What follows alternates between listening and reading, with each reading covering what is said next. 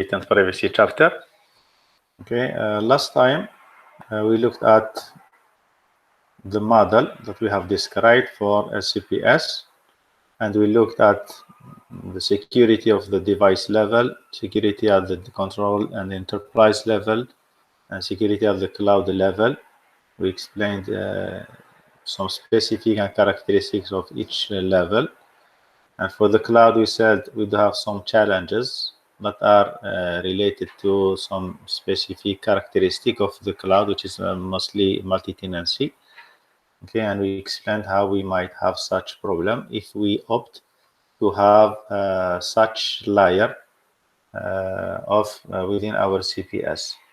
We looked at the information flow. We said that the human in our model can be subject and can be recipient.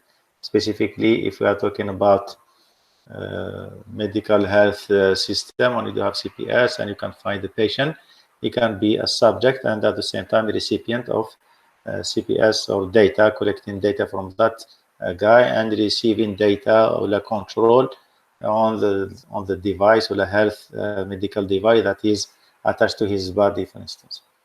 We looked at the data flow, how the information flows from one level to another level or from within the same level.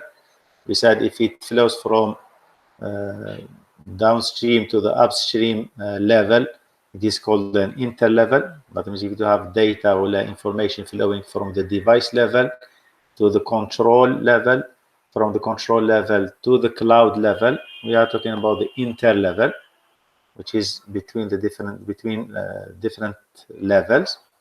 And we can have the intra level when you do have communication or the data will flow within the same level, between the devices that belongs to the device level, between devices that belongs to the same level, enterprise control level, between devices that are part of the cloud level. These are called as an intra level. We looked at the CPS evolution. We started by looking at the device level challenges or threats. We looked at the RFID that have been identified with eavesdropping, spoofing, and all kind of physical duplication of the RFID tags, for instance. At the control level, we spoke about specifically those servers, and we said that we do have actuators that will trigger some action. Okay, and we need to secure because they are receiving data from sensors from the device level through gateways, and based on the data they receive, they will take action and they will send some commands to the actuator that will trigger some mechanical aspect, for instance. And we said it is very important to secure the data that is received. Otherwise, if you are receiving a fake data or wrong data, you will take wrong decision, okay, based on that fake and wrong data. At the cloud level, the issue that can be found at the cloud level, we said that we need to protect, let's say, leakage of the data. We need to talk about auditing and provenance. We spoke about the metadata, okay, when you send the data to the cloud, and that data might contain some vital information, some secret information about the location, maybe about the devices that have generated that data, and the type of data itself, for instance, okay, from which machines, for which model. So you will give some extra information to anyone who is intercepting or reading that data, okay, to conclude specifically, as we gave an example about a nuclear plant, for instance. You don't want to have anyone to know the location of that nuclear plant. It is a secret information. But when you send that data that is generated from that nuclear plant, from machines or from computers, that data might have some locations, data location. Okay, and if anyone who is getting that data, reading the data, they might know precise location, for instance. Okay, some issue which is the private information processing, specifically if you are sending data to the cloud, okay, and you are considering that data is private. So an issue is the confidentiality of that data. And we said that also we might have an authorized third party, specifically when we talk about jurisdiction in another country, for instance. Some other, as we mentioned, in some countries they do have some regulations. They do have a government agency who are required to monitor and look at anyone who is providing cloud service and to look at the data. Okay, and we mentioned example, for instance, you do have some bylaw, and let's say, for instance, Facebook is required sorry, is required to send its data or let's say open its data to security agency to look, for instance, any kind or any key of terrorism messages or content and so on. It is by jurisdiction, it is by law. And if you are, for instance, relying on those type of organizations based on their service they are providing to you for the cloud service, that means your data might be looked and read by another third party that are on top of the company or the cloud service company itself. These are some issues that are related to the cloud level. Now, we start at the countermeasures, what we can do, okay, in terms of protecting our data, specifically if it is stored in the cloud. We need to have here, we talk about more granular policy. That means we need to have more detailed policies which is related to the storage of the data and how the data is distributed, maybe among intercloud or many layers within the same cloud. Okay, you need to be aware as a customer. Everything should be explained to you how that data is stored, who is looking at the data, who is reading, who has the capability, who is authorized to read such data, in order just to make sure that you know who is reading your data. Okay, and we said we might use what is known as a hard cryptographic or homomorphic encryption. Homomorphic encryption, as we mentioned, we said that we are going to play with the data. We process the data while it is encrypted. We don't need to decrypt the data in order to process it.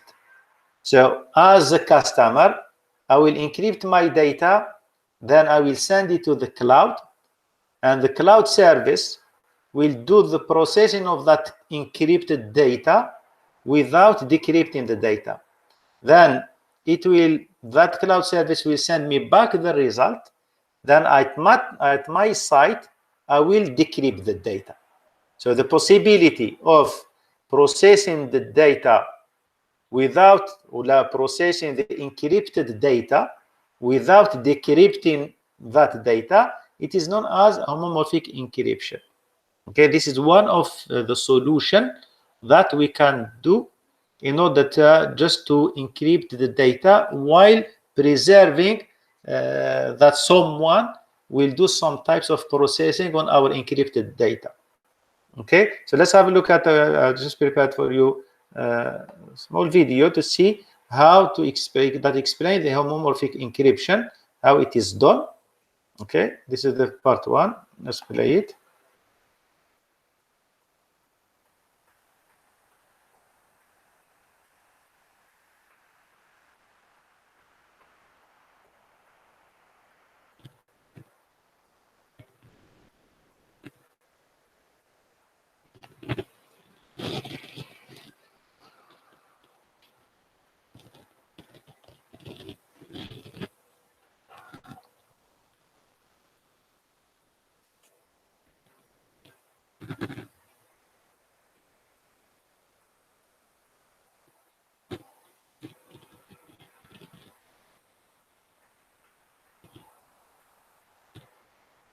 Doctor, we can't hear it. Sorry? You cannot hear, Shabab? I cannot hear the video. I think I need to present from the video itself, Doctor.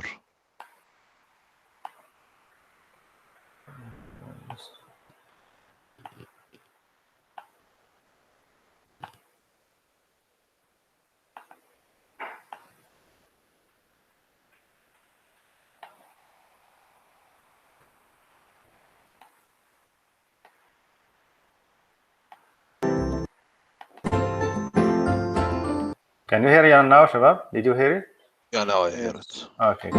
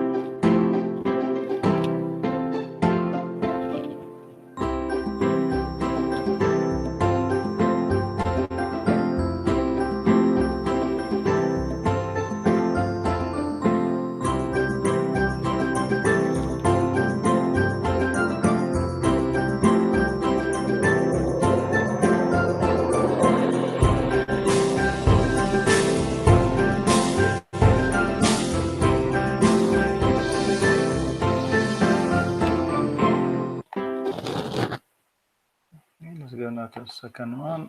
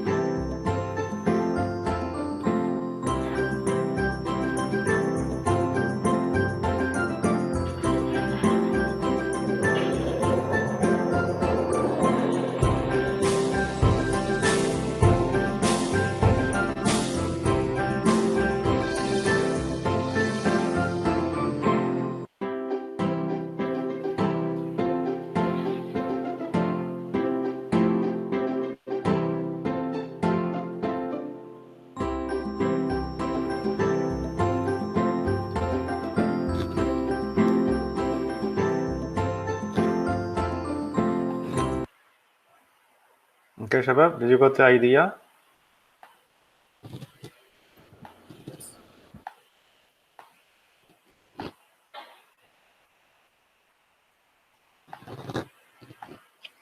Okay, so we said it is can be done through hard cryptographic when you want to, for instance, to make sure that your data is secure enough and no one can access the real data.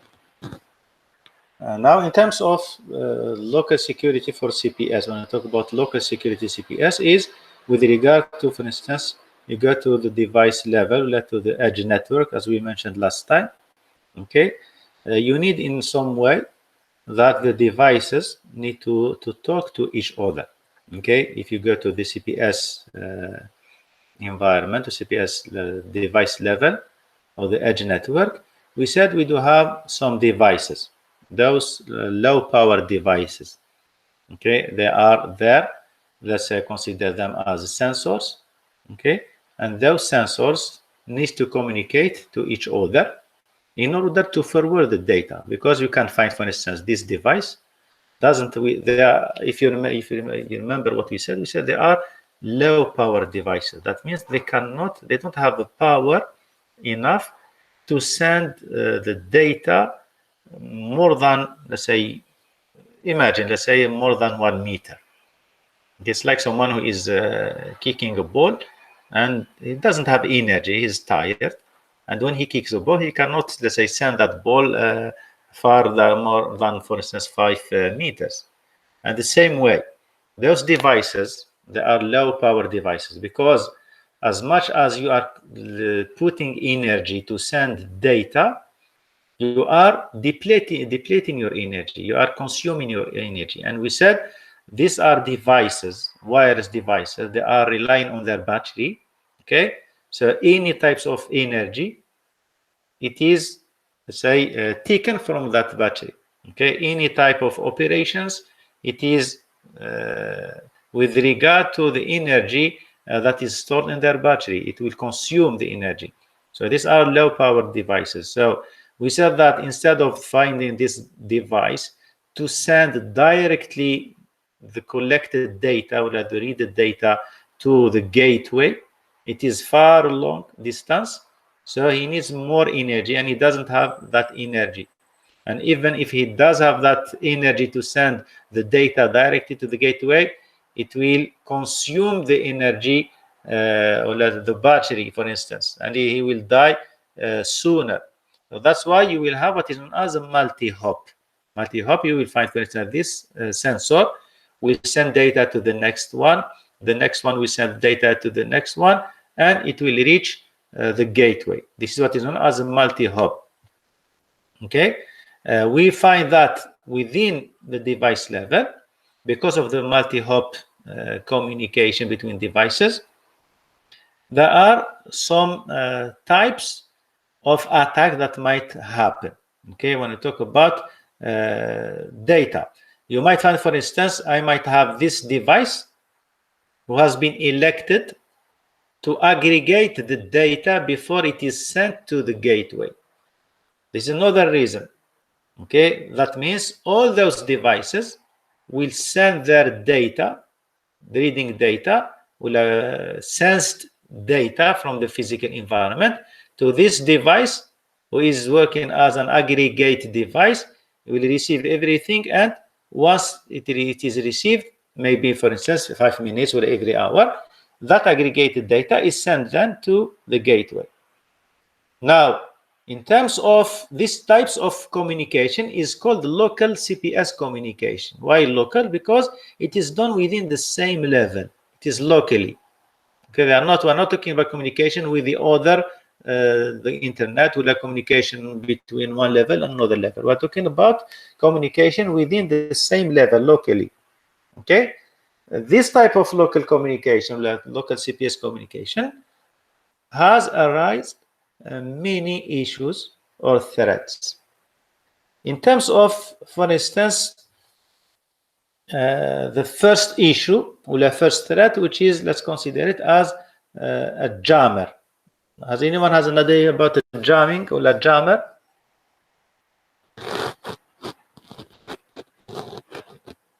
المشوش يا دكتور. Yes, مشوش لكن مشوش by, you know that when basically we are using here wireless communication, okay, and when you are using wireless communication you are using frequency to send. It's like a path, it's like a cable, okay. The frequency, you have a path, you choose a frequency that you want to send. It's like when you tune your radio for some frequency in order to hear or to listen to some specific program. Okay, and the same way, when this device wants to communicate wirelessly with this device, they should be within the same frequency.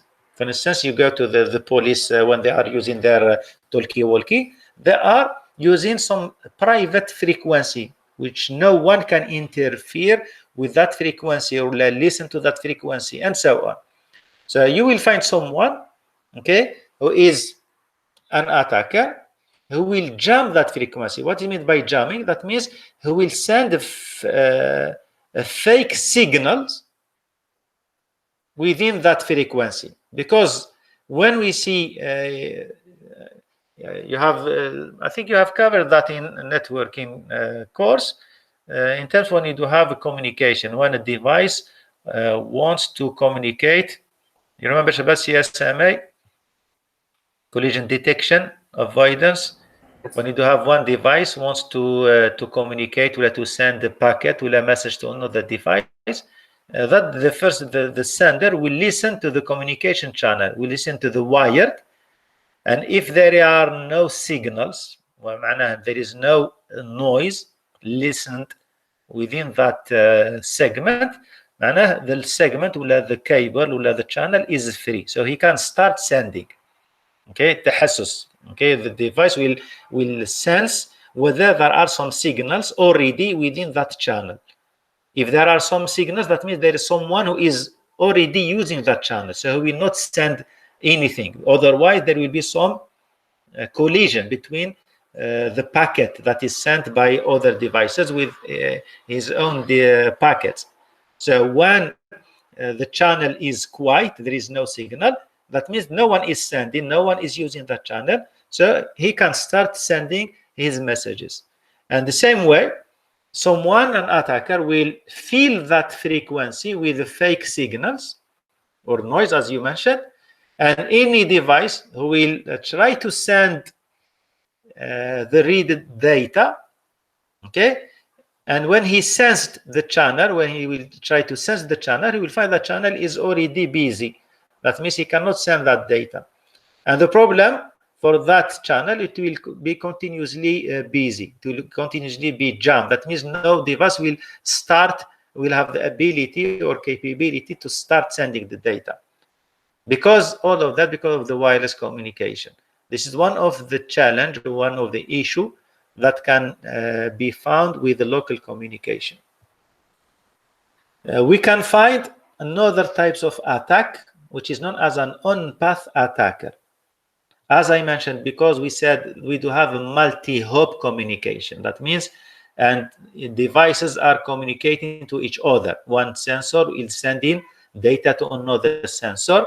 Because it is a low energy, low power communication, that means anyone who is just beside, let's say a few meters in between those devices, he might take that data, okay, and that data will go through that device or through the malicious device, and that device will just drop anything that is sent or collected data from this device to the other device.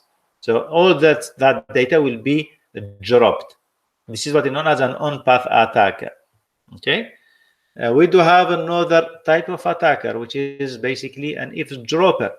Because of the wireless communication, anyone can listen, can eavesdrop to the communication that is wirelessly used between devices.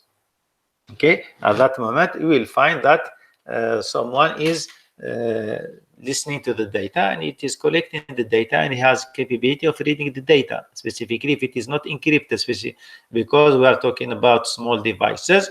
We might opt not to encrypt the data, because if we encrypt the data, those devices will consume energy. So you have to do balance, and you choose not to encrypt the data, for instance, for some specific reasons. That means anyone who is dropping to your communication, or let's say to the device's communication, to the local CPS communication, they might get that data and read the data. We might find another type of attacker, which is known as a powerful sender. Powerful sender, that means someone who has energy. He has a machine or a laptop or any types of device. That device has plenty of energy. That device is collecting the previous communication between the devices, okay? And maliciously, he will reply that communication, okay? In order, just for instance, this device has already opened a session with this device, and this guy, okay, has eavesdropped the data, has collected the data, has recorded the data. Then later, that device will reply the data with the initial, because, for instance, this device has already been authenticated by the receiver. So taking and recording all such sessions data, so this device will then reply the data. Reply معناه إعادة إرسال. Okay, data that has already been sent.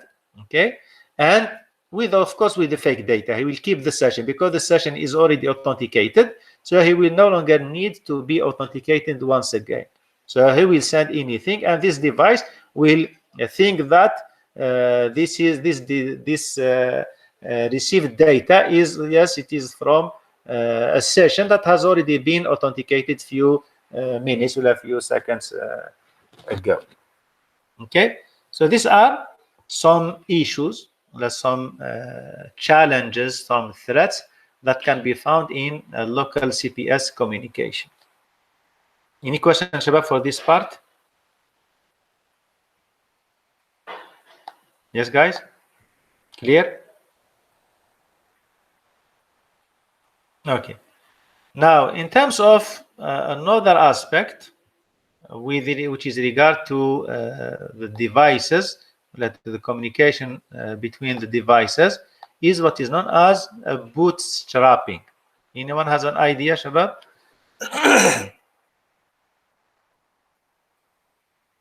Any idea about bootstrapping? Is that the software that starts up when you boot up the machine? لا مش ده طبعا. Bootstrapping, as we mentioned here, we mentioned that sometimes to protect your data, you might use encryption. Okay, you might opt for using encryption.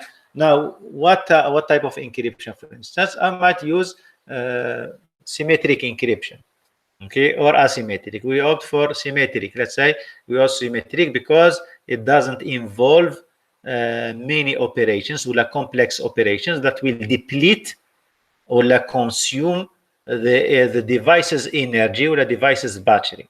Okay, that's why we call it. It is a lightweight cryptographic because it doesn't involve many operations. Okay, even sometimes the devices have some types of hardware component that will help in doing such computation, but even that, okay, because of, let's say, the communication between the devices, so we need to have a way of let's say dealing with security issues related to the symmetric encryption. Okay, as we mentioned, for the symmetric we said it is lightweight. For the asymmetric it is involving more computations. Okay, so what we need to do, we need to have some specific way. Here we talk about opting for the symmetric. Now, for the symmetric, what is now the difference between the symmetric and asymmetric encryption, Shabab?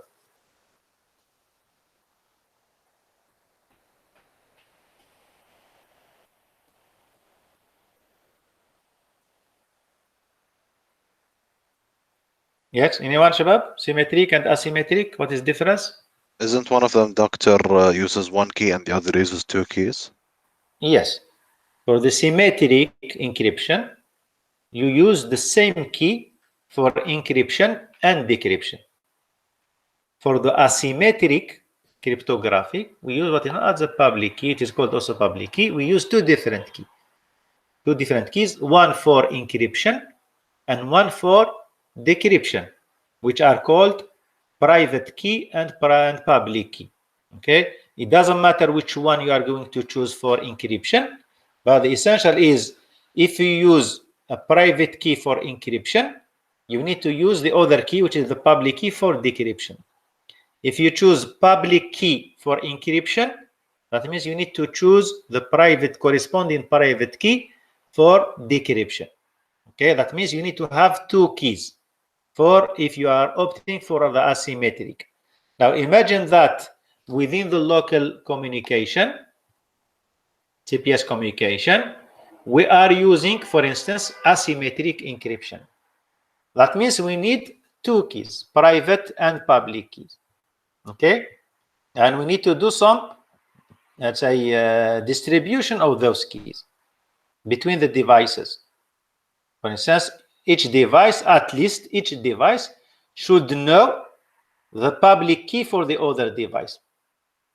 Okay, on top of, they do have their own private key. Each device has its own private key. That's one thing. And each device should know about others' public key in order just to be able, because each device needs to have two keys, public and private, for encryption. If we opt for the symmetric encryption in the CPS, local CPS communication, that means all those devices, let's pick up these two devices need to have the same key.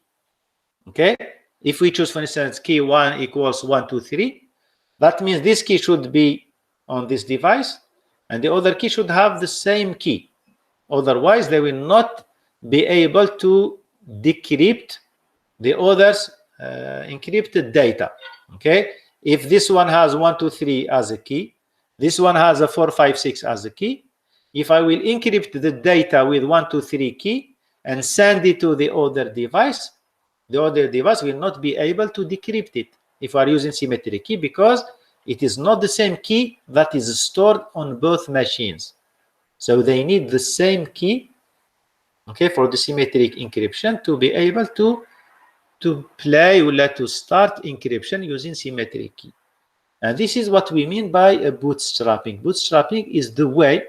Now the challenge is how we can exchange that data. We talk about exchanging the data. We are using a pairwise symmetric key, the same key that is used by all the devices. Okay, now how we can, for instance, send or exchange that same key between the devices, how we can manage, how we can maintain that key within the devices. This is one of the challenge that will face any CPS or local CPS communication if we are using symmetric encryption. Okay, so there are some solutions for that. Okay, some idea in terms of overcoming these types of challenges. Okay, so the first thing, when you talk about any mechanism you are using for bootstrapping, which is the exchange of the keys that are, or that exchange of the key for the symmetric encryption. Okay, we talk about local security assumption. This is one basic thing, and an initial trust anchor, another thing. Let's have a look at the solutions. We talk about trust in the device manufacturer, or we assume a local area network that is not compromised, that is a secure area where you are exchanging your data. We can opt what is known as a secure out-of-band channel. Let's pick up the first solution, or the first idea about to overcome the problem of bootstrapping, or exchanging the key between devices. What we can have, okay, you can have, for instance, the devices can, let's say, the manufacturer that is making the devices, let's say, for instance, I do have a Grove sensors. That means those sensors when they are manufactured, okay, they will contain that keys or those keys for public cryptography, for instance. If we make, well, let's say the device, okay, we can make those public key on the devices, or we can make them public. We can have also, okay, the device, the key for the symmetric cryptographic will be installed in those devices. Now, let's say you are using in this environment, all those sensors are from the same, have the same make. They all are from Grove, for instance, model. That means we don't have the problem. Okay, all those, because they come from the same, they are from the same brand, they have the same key. Okay, this is the way we did. Each piece of sensor that leave the manufacturer will hold, let's say, on its software, for instance, the symmetric key, or the key that is used for the symmetric encryption. This one has 1, 2, 3. This one has also 1, 2, 3. This has also 1, 2, 3. I don't have any such problem. So we don't have to exchange the key. We don't have to make the exchanging of the key at risk for someone who is eavesdropping, for instance, because all the devices hold on them, on their part, let's say in the memory, for instance, let's say that key that will be exchanged for or used for symmetric encryption. Now, what type of other problem that can arise from implementing or embedding the key in the device when the device will leave the manufacturer? Any idea, Shabab? If we rely to this solution, what we can say?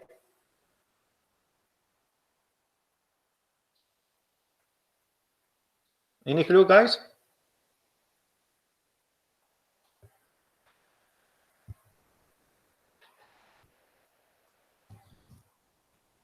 Can you hear me, Shabab? Yes, we hear you, Doctor. أقل شيء يقولوا لا يا شباب. Say no. Okay. What if with the devices are from a different brand?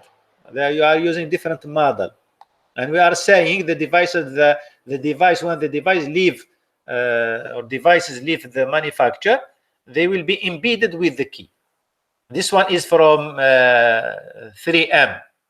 It has 1, 2, 3 key, and this one from Grove, for instance, it has 4, 5, 6. How can they communicate to each other having different key? They cannot start using symmetric encryption if they do have different key. This is one of the problem. We said we do have a solution, yes, for the same devices that have that comes from the same manufacturer. They do have the same key, but another problem that will arise is, what if you are using in the future different brand? You purchase different brand. So that means this solution will no longer work for you, because you will find those devices having different keys and they cannot communicate to each other using this approach, with this solution to overcome the problem of exchanging key or the bootstrapping approach. Okay, Shabab? So let's stop here. We'll continue, inshallah, for the next session.